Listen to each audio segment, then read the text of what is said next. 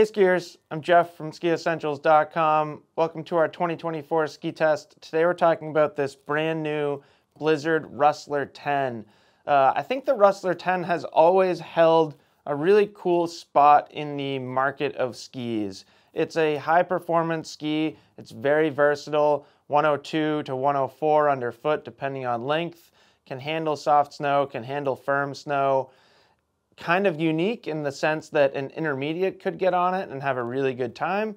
An expert skier could get on it and also have a really good time. So a huge range of application, huge range of acceptable skiers. And they've taken that ski and changed it. And what I think they've done overall is maybe made it a little bit less approachable, but just a little bit. You know, I think it is a stiffer ski throughout, and we'll look at that in just a second.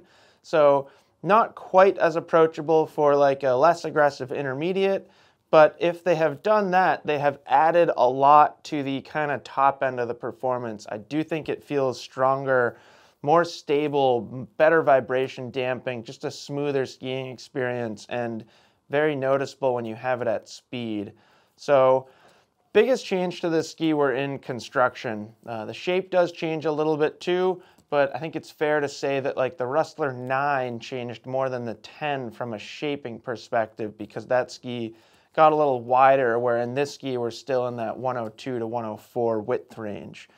What did change in here is the core of the ski. So now we have True Blend wood core. We saw it for Hustle skis last year. We've seen it in some of the more carving focused skis, and now we finally get it in these Rustler skis. And basically, without getting into the nitty-gritty details, it's allowing Blizzard to control the flex pattern in different portions of the ski using different density stringers of different types of wood in different sections of the ski.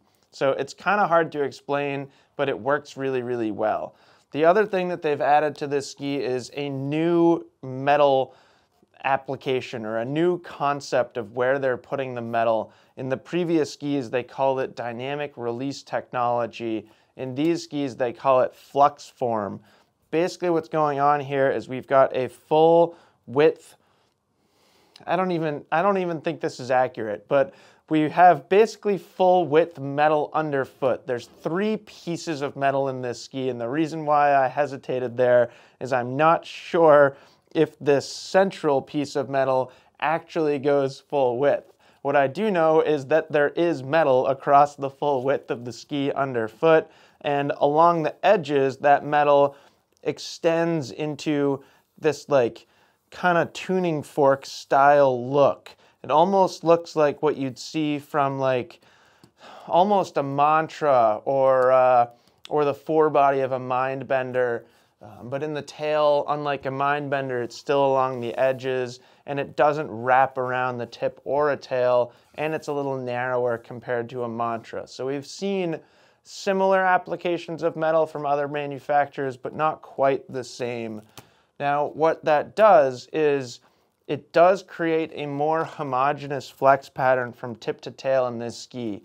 The previous Rustlers kind of acted like they had a hinge point, and it made sense from the dynamic release technology perspective, but it kind of gave the ski a little bit of unpredictability. If you were kind of weighting different portions of the ski, you could feel the tip bend when you maybe didn't necessarily want it to, or vice versa.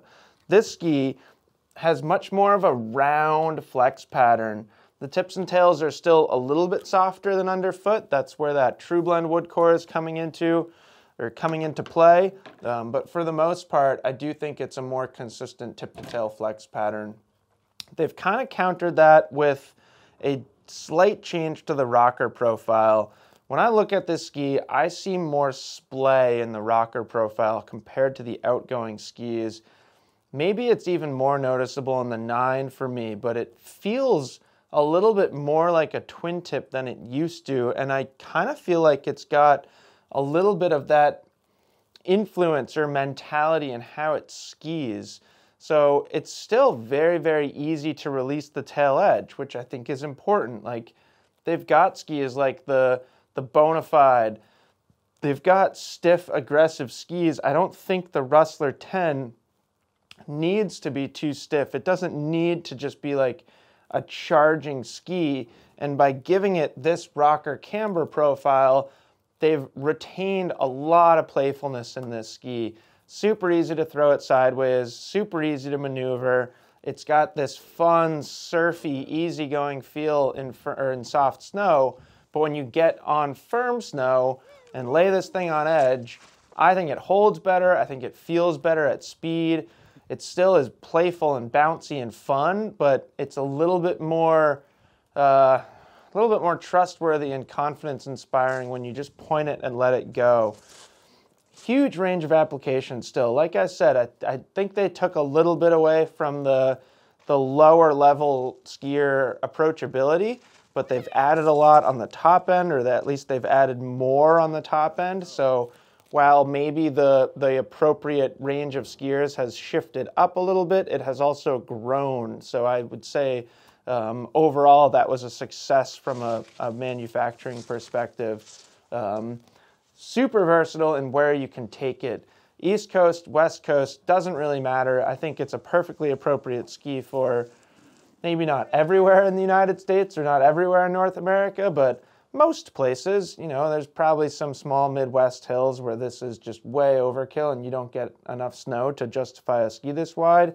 But here in Stowe, I could totally see this being somebody's like pretty much powder day ski. A lot of people around here do own something that's wider, but you tend to not take it out of your garage or basement very often, where a ski like this at 102 underfoot, you're going to ski it all the time.